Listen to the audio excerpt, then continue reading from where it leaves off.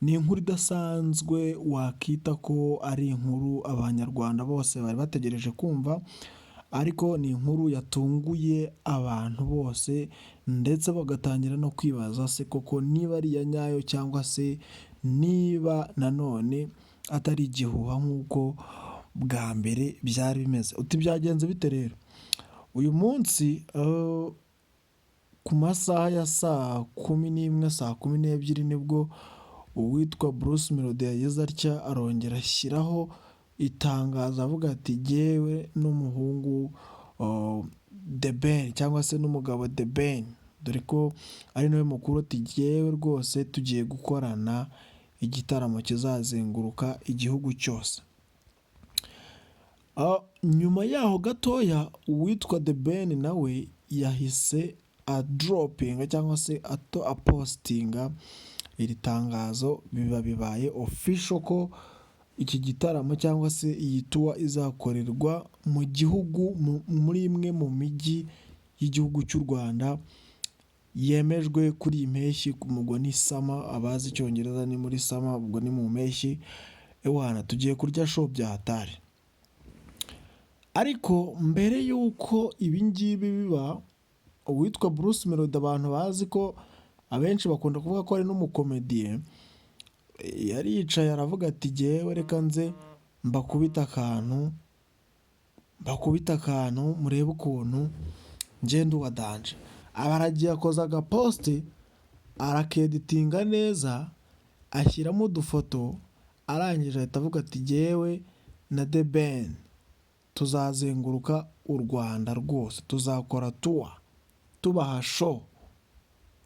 Aba bikubise kuri Instagram, abaza kubishyira kuri Instagram, The Ben nawe ntabwo yigeze atinda. Akimara kubishyiraho, Bruce Melody yamaze kubipostinga, The Ben nawe ahita postinga itangazo rivuga ko ari fake news.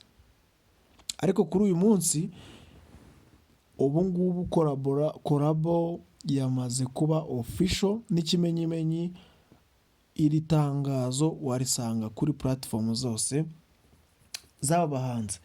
Ubwo rero nta kindi kintu kigiye gukurikiraho, ni ugutegereza performance tukareba ese koko uwitwaga cyangwa se nyuma y'igitaramo twaboneye muri BK Arena kuri tariki ya kabiri,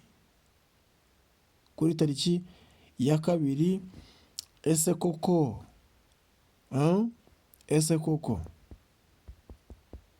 The Ben azongera akubitwa inshuro?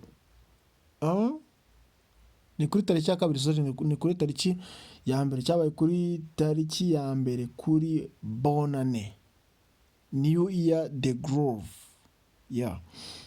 Abafana benshi bagiye bitotomba bavuga ati The Ben uradutengushye, abandi ati Bruce Melody wakabije, wazengereje mukuru wawe cyangwa se umuntu wagutanze mu gakino, wakabije.